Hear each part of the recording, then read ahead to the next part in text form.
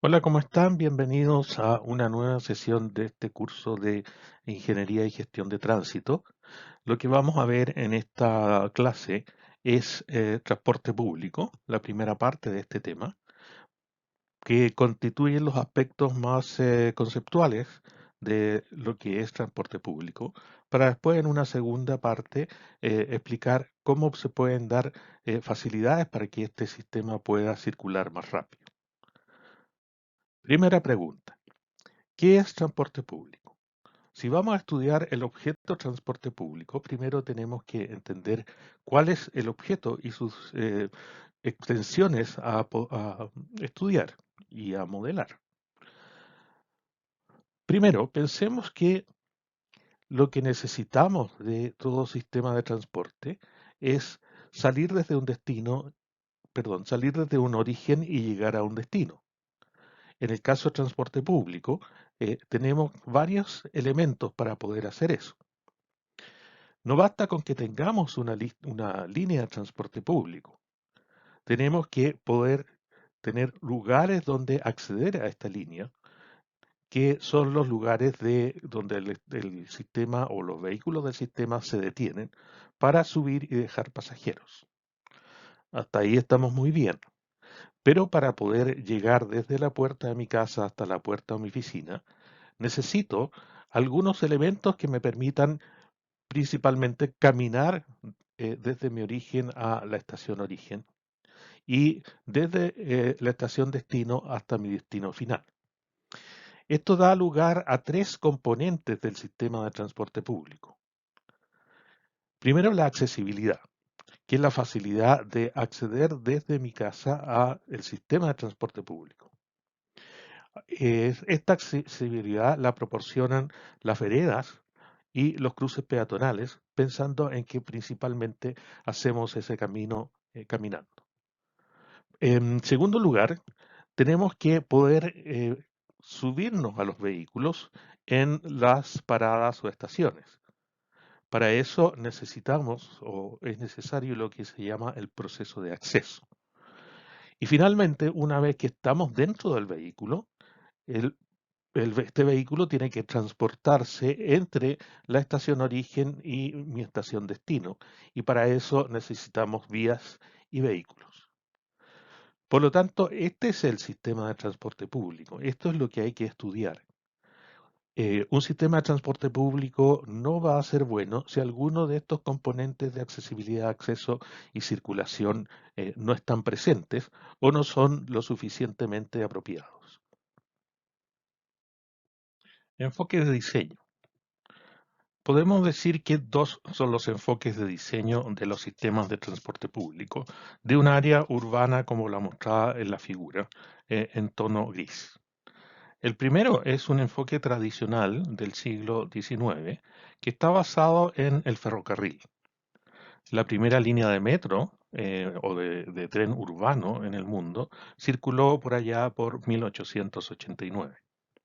En un ferrocarril, lo más conveniente es que el trazado sea una línea recta entre un origen y un destino, en este caso entre un terminal y el centro.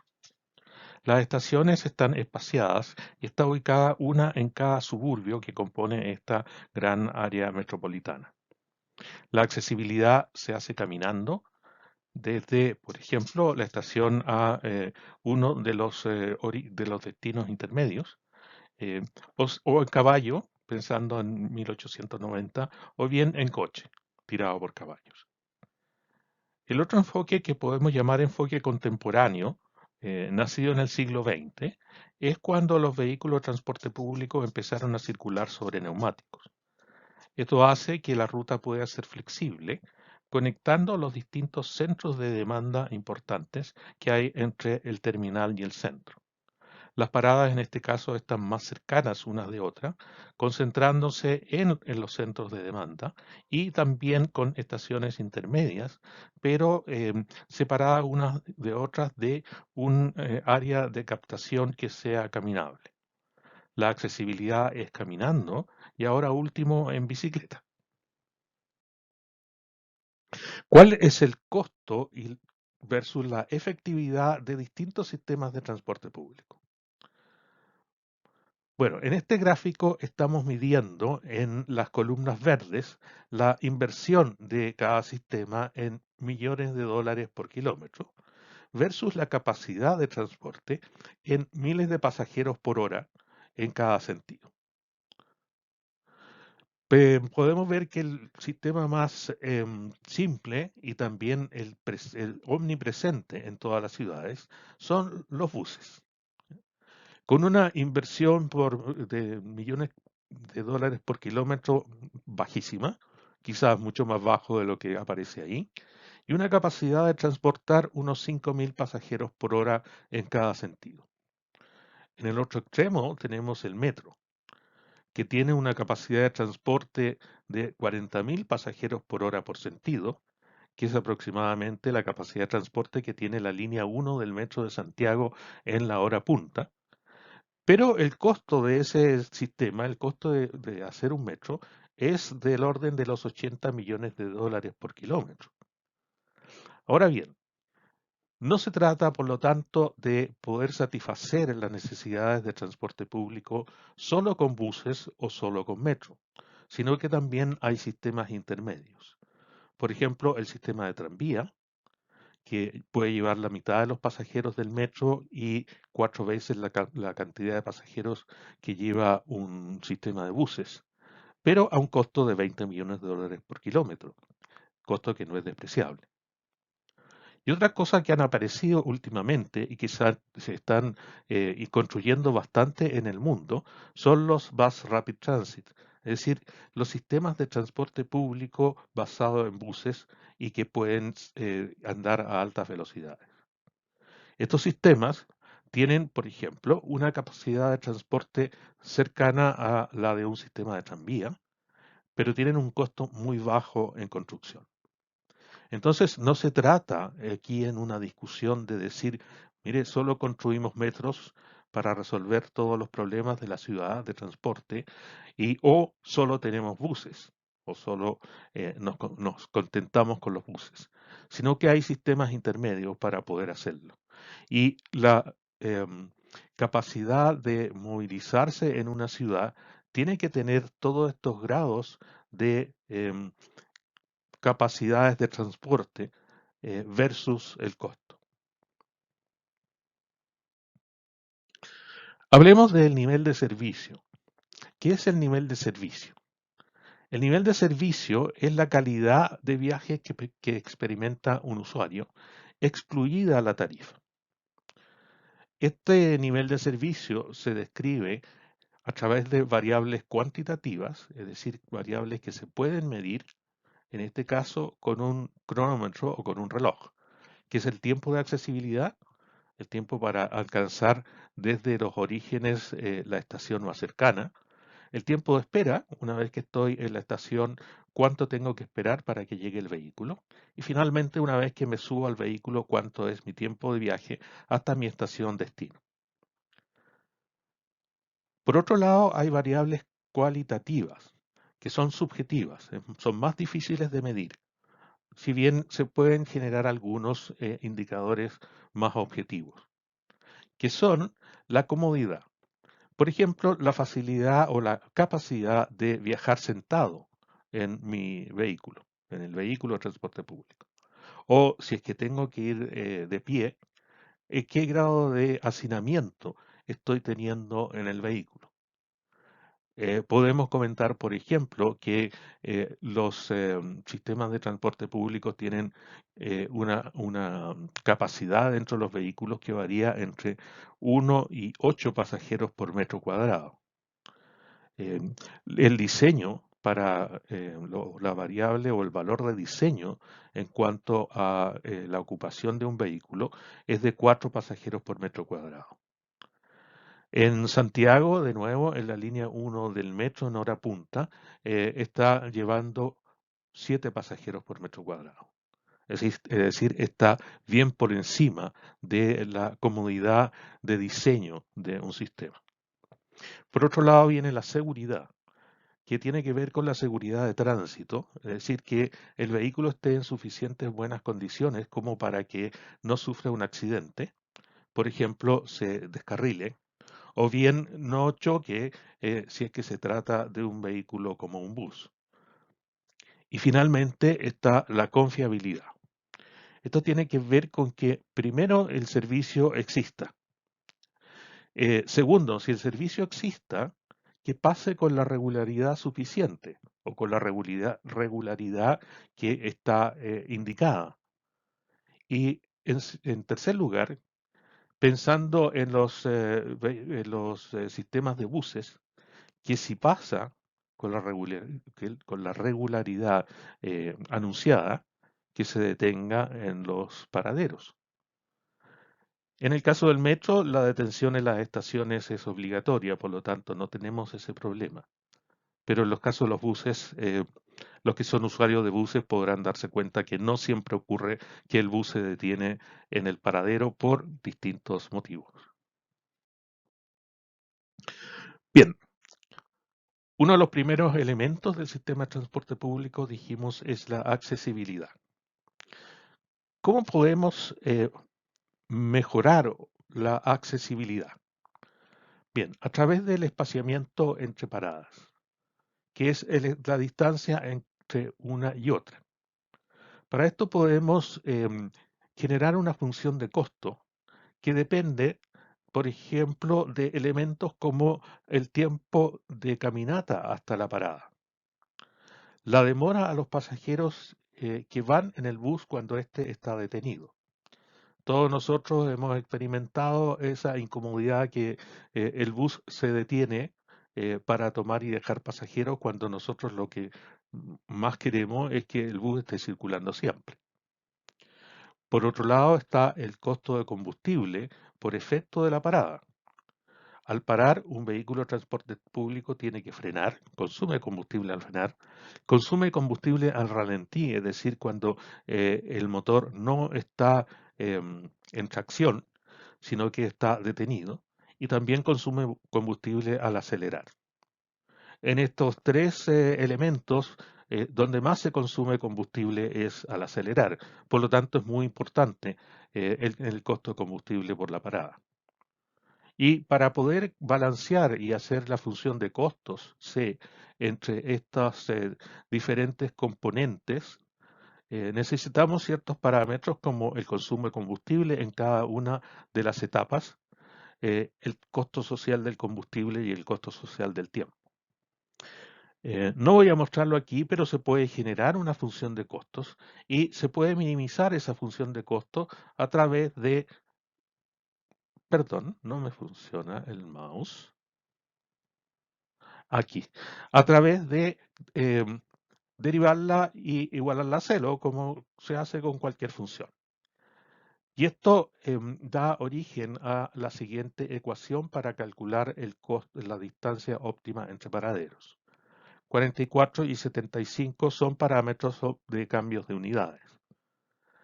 Bueno, ¿de qué depende la distancia entre paraderos entonces?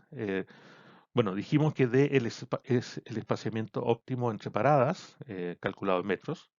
Q sub B es el flujo de vehículos de transporte público. P sub D es la demanda de ese sistema en pasajeros por hora por kilómetro. Y D sub P es la demora media en las paradas que sufre el sistema. T sub o C es la tasa de ocupación de los vehículos de transporte público, que va a tener que ver con eh, la demora a los pasajeros principalmente. Miremos este ejemplo.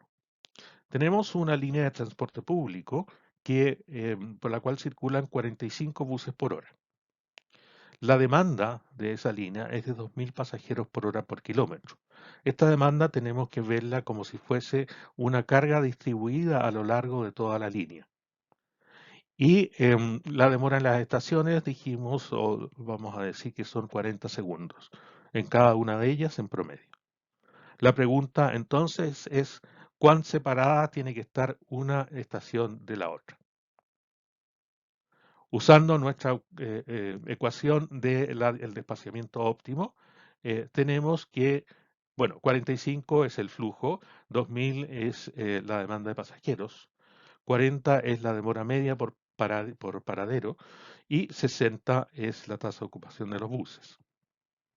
Eso nos da un espaciamiento de aproximadamente 328 o 330, para usar un valor redondo, metros entre cada parada.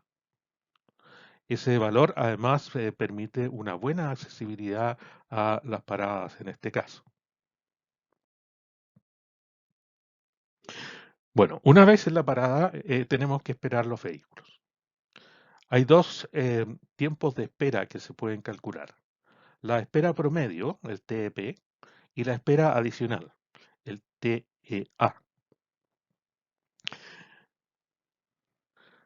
El tiempo de espera promedio se describe como el intervalo medio entre el servicio en minutos por un componente que incluye la coeficiente de variación de estos intervalos y que da cuenta de cuán irregular es el sistema.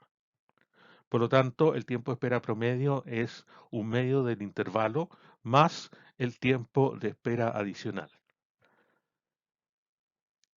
Pueden ver en esta ecuación que si el coeficiente de variación de los intervalos es cero, es decir, el sistema es absolutamente regular, llega un vehículo, por ejemplo, cada 2 minutos y siempre el vehículo llega cada 2 minutos, el tiempo de espera adicional es nulo. Esto da origen a el concepto tradicional del tiempo de espera promedio, que dice que el tiempo de espera promedio siempre es h medios. Aquí vemos que no necesariamente es así y lo podemos graficar con este ejemplo. Supongamos que tenemos un servicio que pasa cada 10 minutos, pero tiene una regularidad indicada por el coeficiente de variación de 0,8. Este valor del coeficiente de variación no es poco común en sistemas de buses. El tiempo de espera promedio, por lo tanto, va a ser 8,2 minutos. Y el tiempo de espera adicional, producto de la irregularidad, son 3,2 minutos. Entonces, de los 8,2 minutos, 3,2 son producto de la irregularidad del servicio. Noten entonces que el tiempo de espera promedio no es simplemente el intervalo partido por 2, que serían 5 minutos, sino que es más que eso, y bastante más que eso. Una vez que vamos en el vehículo, tenemos que pensar cómo calcular el tiempo de viaje. Bueno, una manera de determinar qué tan bueno es un sistema de transporte público en el viaje es la velocidad comercial, que es la velocidad promedio de viaje, incluida todas las demoras intermedias por cualquier causa en un determinado tramo de ruta. Aquí en las demoras intermedias se consideran las demoras por paradas, las demoras por intersecciones o las demoras por congestión por el resto del tráfico. Un modelo exponencial como el que se muestra ha sido bastante eficiente para estimar la velocidad comercial. Donde V sub C es la velocidad comercial, como vimos, eh, V sub R es la velocidad en movimiento, es decir, la velocidad entre paradas. La R es por running speed. F sub D es la frecuencia de detenciones por cualquier causa, en detenciones por kilómetro. Es decir, el concepto de tiempo de viaje incluía toda demora intermedia. Y alfa es un parámetro que en este caso significa el efecto marginal de cada una de las detenciones. ¿Cuánto es el peso que tiene cada detención sobre la velocidad comercial? Calibraciones de modelos como el modelo exponencial de la velocidad comercial se han hecho en distintos vías, tanto en Chile como en Francia. En una calle normal en Chile, los parámetros de B sub R y alfa son los que están mostrados ahí, 35 y 0,144. En pista solo bus en Francia, el efecto alfa es un poco menor. Y en un BRT en Chile, que en este caso es el corredor segregado de Avenida Grecia. Encontramos cuando recién se inauguró estos parámetros. Veamos un ejemplo respecto de la predicción de la velocidad comercial. En una calle normal, usando los valores de la tabla anterior, la velocidad recorrido era de 35 kilómetros por hora y el alfa era de 0.144. En una calle normal, un sistema de transporte público, por ejemplo los buses, se detienen aproximadamente cada 200 metros producto de las paradas y de los semáforos. Eso nos da una velocidad comercial de 17 kilómetros por hora, que es aproximadamente la velocidad comercial que tiene en estos momentos el sistema de buses de Transantiago. En una pista solo bus, utilizando los parámetros anteriores y considerando que una pista solo bus es menos afectada por la congestión del resto del tráfico, asumimos que F sub D son 3 paradas por kilómetro, es decir, se está parando el bus cada 300 metros. Eso da una velocidad comercial de 22 kilómetros por hora, que también es la velocidad comercial que se han medido en las pistas solo bus de Transantiago. En un BRT, que fue lo que encontramos, usando esos parámetros, y una frecuencia de detenciones de 2 detenciones por kilómetro, por ejemplo, pensando en que las estaciones están separadas aproximadamente cada 500 metros. La velocidad comercial aumenta hasta los 27 kilómetros por hora, es decir, hasta los 30 kilómetros por hora. Uno todavía puede decir, bueno, eso es muy poco. Pero pensemos en el metro. Las estaciones de metro están separadas una de otra aproximadamente 1 kilómetro. Es decir, la frecuencia de detenciones es 1. Con ese valor y usando valores de la velocidad comercial, perdón, la velocidad de recorrido del metro del orden de los 40 kilómetros por hora, llegamos a que la velocidad comercial es de 30 a 32 kilómetros por hora. Y este es un valor común en todos los sistemas de metro del mundo. Es decir, no tan alta como uno podría pensar, por el efecto de detención en las estaciones. Luego comparen el valor de la velocidad comercial entre un sistema de metro y un sistema de BRT. Son bastante similares. Y si nosotros reemplazamos en el sistema de BRT el F sub D igual a 1, vamos a llegar a la misma velocidad comercial del metro. Es decir, el metro no es más rápido porque circula sobre rieles y va en túneles, sino que porque fundamentalmente las detenciones o las estaciones están muy espaciadas unas de otras. Bueno, entonces el metro es más rápido porque primero se detiene pocas veces por kilómetro, pero estaciones separadas a 1 kilómetro tiene una menor accesibilidad para llegar a ellas. Si yo estoy, por ejemplo, justo en la mitad de las dos estaciones, voy a tener que caminar 500 metros. Ahora, si estoy fuera del trazado de la línea, las distancias son de caminata del orden de 1 kilómetro o 700 metros. En términos de accesibilidad, por ejemplo, para ciertos segmentos de la población, como los adultos mayores, se ha visto que un adulto mayor no puede caminar más de 200 metros sin tener que descansar. Luego, una accesibilidad o una distancia de accesibilidad de 500 metros implica que esa persona va a tener que parar a descansar al menos una vez. Y lo otro es que el metro es más rápido, sí, pero como vimos en la transparencia de relación costo-efectividad, tiene un alto costo de inversión. Bien, ¿cómo podemos estimar o describir el tiempo de viaje? Dijimos que a través de la velocidad comercial. Y el tiempo de viaje total es el inverso de la velocidad comercial, es decir, la longitud del tramo dividido por la velocidad comercial. ¿Qué es lo que hace un vehículo de transporte público cuando viaja? Bueno, Consume un tiempo en movimiento, por ejemplo, entre estaciones. También en el caso de sistemas de transporte público de superficie, consume un tiempo en intersecciones para poder salvar las intersecciones, principalmente las intersecciones semaforizadas. Y después o finalmente, consume un tiempo en las paradas. Bueno, el tiempo en movimiento, o sea, el tiempo entre dos estaciones, se puede calcular como L partido por V sub R, que era la velocidad de recorrido. ¿Cuánto se demoran en las intersecciones o qué magnitud tiene el tiempo en intersecciones? Bueno, N sub I, ¿cuánto es el número de intersecciones en la ruta? Y D sub I, ¿cuánto es la demora promedio en cada una de ellas? Y finalmente los paraderos, ¿cuánto es el número de paraderos en la ruta y cuánto es la demora promedio en cada uno de ellos?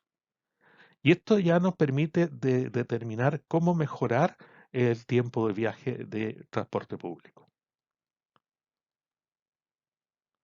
Primero, ¿cómo darles prioridades al sistema de transporte público? Siguiendo las componentes de la ecuación anterior, en tramos de vida, es decir, disminuir el tiempo en movimiento con L fijo. No podemos reducir la ruta entre una estación y otra para poder mejorar el sistema actual. Eso implica que lo único que podemos manejar es aumentar la velocidad de recorrido.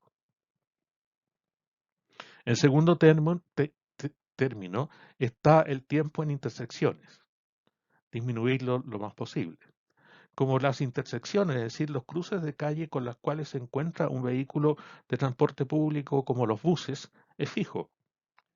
En general no podemos cerrar intersecciones y principalmente las intersecciones más importantes. Luego podemos solo actuar sobre disminuir el tiempo que un vehículo pasa detenido en cada una de las intersecciones. Y finalmente, en el tercer término, las paradas. Disminuir el tiempo de paradas, ahí tenemos dos alternativas. Uno es optimizar el número de paradas. Esto lo podemos hacer a través del espaciamiento óptimo que calculamos anteriormente. Y por último, podemos disminuir el tiempo de detención en cada una de las paradas, haciendo diseños apropiados eh, que hagan que el tiempo em, detenido sea el menor posible. Bueno, hemos visto que para dar prioridad en los paraderos o estaciones, podemos hacer dos cosas. Una era eh, definir el espaciamiento óptimo entre paradas, lo que nos da una manera de reducir N sub P. Y la otra era diseñar paradas de manera que sean apropiadas para disminuir el D sub I, es decir, la demora en cada una de ellas. Para esto, para predecir esto, necesitamos el concepto de capacidad de paradas y estaciones, que es el máximo número de vehículos por unidad de tiempo que puede ser atendido por una parada. Para eso vamos a usar este modelo del Highway Capacity Manual de Estados Unidos. ¿Qué dice este modelo? Bueno, arriba lo que tenemos es el número de vehículos que puede utilizar la parada dividido por el tiempo total en el cual el vehículo está detenido. T sub D, que es el tiempo de detención por transferencia de pasajeros, depende del tiempo que demoran los pasajeros en subir, en bajar, más el tiempo de apertura de las puertas. Por lo tanto, las variables están aquí. G sub C es la razón de verde efectivo de un semáforo aguas abajo que exista en la parada. Este semáforo puede existir y si no existe, el G sobre C es igual a 1. N sub E B es el número efectivo de sitios si hay N sitios demarcados. Puede demarcarse en una parada un solo sitio, en el caso de los buses, o más de uno. Sin embargo, a medida que se aumenta el número de sitios físicos, eh, el efecto, digamos, de la efectividad de cada uno de ellos disminuye y por ello hay que determinar el número efectivo de los sitios. En el denominador tenemos T sub C, que es el tiempo de despeje del área de parada, que corresponde al tiempo que un vehículo demora en frenar en el área de parada y después acelerar para salir del área de parada. Típicamente, en el caso de los buses, es de entre 10 y 15 segundos. 15 segundos, por ejemplo, es lo que demora el metro en entrar y salir de una estación. T sub D es el tiempo de transferencia de pasajeros, que como vimos tiene que ver con el tiempo de apertura y cierre de puertas, que es aproximadamente entre 2 a 5 segundos. Un valor típico es de 3 segundos. La demanda de pasajeros que sube y baja en cada uno de los vehículos y el tiempo promedio que le toma a cada pasajero subir y bajar. Estos tiempos promedio de subida y bajada varían en los rangos que están ahí, entre 0,5 y 3 segundos por pasajero o 4 segundos por pasajero. El tercer término del denominador eh, toma en consideración la irregularidad de los buses y por lo tanto cuánto varía el tiempo para transferencia de pasajeros. Se sub V entonces el coeficiente de variación de T sub D, T sub D, perdón, que en el caso de los sistemas de buses tiene una variación entre 0,4 y 0,8 y se suele usar un valor 0,6 intermedio para efectos de diseño del sistema. Como en un paradero, no queremos que los buses queden en cola para entrar a la estación. Eh, tenemos una variable que considera la probabilidad de que un bus o un vehículo de transporte público quede en cola aguas arriba de la parada, esperando entrar. Y eso da lugar a un parámetro de la curva normal para esta probabilidad. Eh, si uno piensa en los buses o los paraderos de buses, el concepto de que se forme una cola, es decir, que un bus o dos buses estén tratando de entrar, es menos importante que en el caso de un metro, por ejemplo, cuando un tren no puede entrar a la estación porque hay otro tren que todavía no ha salido porque está subiendo y bajando pasajeros. Bien, el gráfico muestra cómo disminuye la capacidad de una estación a medida que el número de pasajeros que sube es más grande. Se puede llegar desde, bueno, un valor poco razonable de que si sube un solo pasajero vamos a tener una capacidad para atender 170 buses por hora. Em, en el otro extremo, cuando suben muchos pasajeros, por ejemplo, en un paradero o estación terminal, que pueden subir 40 o 50 pasajeros, es decir, llenar todo el vehículo, se va a tener una capacidad del orden de los 30 vehículos por hora. Respecto al número efectivo de sitios, podemos ver aquí que a medida que uno demarca más sitios para que los vehículos se detengan, estamos hablando del caso de los buses en este caso, la eficiencia de cada uno de ellos va bajando. Por lo tanto, el número efectivo de sitios es decreciente con la cantidad de sitios adicionales. Noten que si uno demarca 5 sitios, uno podría decir tengo una capacidad muy alta.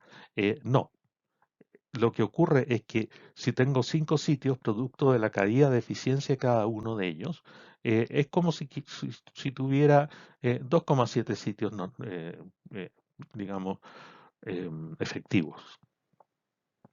Por lo tanto, cuando se diseñan paradas de buses, nunca se usan más de 2 o 3 sitios, porque no tiene sentido eh, dado la pérdida en eficiencia. Respecto a la probabilidad que se formen colas aguas arriba del área de parada, eh, si uno no quiere que se formen colas, entonces la probabilidad de eso tiene que ser muy baja, en este caso el 1%. Y eso da un determinado valor de Z sub A. Para efectos de diseño de paradas que están fuera del centro, se usa una probabilidad de cola del 25%. Y cuando uno está diseñando paraderos que están en el centro de la ciudad, se usa una probabilidad de cola de 7,5%. Esta probabilidad A también se llama la probabilidad de falla de un paradero porque se asume que cuando el paradero no es capaz de atender a todos los buses y hay buses que, que hacen cola, el paradero ha fallado. Miremos el siguiente ejemplo. Tenemos un paradero que está en el cual no hay un semáforo aguas abajo de este. Por lo tanto, G sobre C es igual a 1. El paradero tiene un solo sitio de mercado, por lo tanto, el número efectivo de sitios es igual a 1. El tiempo de despeje del paradero es de 12 segundos. En cada una de las paradas se va a demorar un tiempo de 60 segundos en subir y bajar los pasajeros. Y el coeficiente de variación, como decíamos, de diseño es de 0,6 y el coeficiente de probabilidad de falla del paradero es de un 25%. Entonces estamos considerando un paradero que está fuera del centro. Bueno, entonces si usamos los valores de la ecuación, que son n sub b igual 1 y z sub a igual 0,675, lo que vamos a obtener en esta ecuación de capacidad es lo siguiente. 3.600 por 1, porque no hay semáforo, por un sitio efectivo. Dividido por 12 tiempo de despeje más 60 el tiempo de el T sub D para subir y bajar pasajeros. G sub C que multiplicaba ahí es 1. Y el tercer término, que era por irregularidades, son 60, que es T sub D, por 0,6, que es el coeficiente de variación por 0,625. Esto da una capacidad de atención de 38 buses por hora, aproximadamente 40 buses por hora. Es decir, si en una calle, por ejemplo, circulan un bus por minuto, es decir, 60 buses por hora, este paradero no va a ser capaz de atender esa cantidad de vehículos. Habiendo visto todo lo anterior, voy a dejar propuesto un problema de aplicación a un sistema de tranvía. Es importante recalcar que en sistemas de ferrocarriles en general, la estación con más demanda es el cuello de botella que determina la máxima frecuencia de la línea, es decir, el máximo número de vehículos por hora que puede circular. Fundamentalmente porque los vehículos no pueden adelantarse en las estaciones ni entre estaciones. En este caso, la estación con más demanda está aguas arriba de un semáforo, como muestra la figura, con un tiempo de ciclo de 110 segundos y una razón de verde de 0,4. Los tranvías son como de las figuras, tienen 4 puertas, 2 puertas centrales para bajar y 2 puertas extremas para subir, donde se valida la tarifa. La velocidad recorrido entre estaciones es de 60 km por hora, con tasa de aceleración igual a tasa de frenado de 1,11 metros por segundo cuadrado. Estas tasas son para comodidad de los pasajeros y hacen que cuando el vehículo frena, los pasajeros no sean empujados y cuando el vehículo acelera, los pasajeros no sean jalados. Las puertas toman 5 segundos, en abrir y cerrar. El tiempo medio de subida es de 2 segundos por pasajero, porque hay que validar la tarifa y de solamente 1 segundo por pasajero al bajar. La forma de operación del sistema es que primero bajan 26 pasajeros para dejar espacio a los 20 pasajeros que luego suben en la estación. En estaciones intermedias se ha medido que el tiempo promedio para transferencia de pasajeros de sub D es de 50 segundos con una desviación estándar de 20 segundos. Lo que se pide es calcular el intervalo mínimo, en minutos, entre tranvías para que el que llega no haga cola para entrar a la estación, como se indica en la figura. Bien, y esto da fin a la primera parte sobre gestión de tránsito para sistemas de transporte público. Muchas gracias por la atención.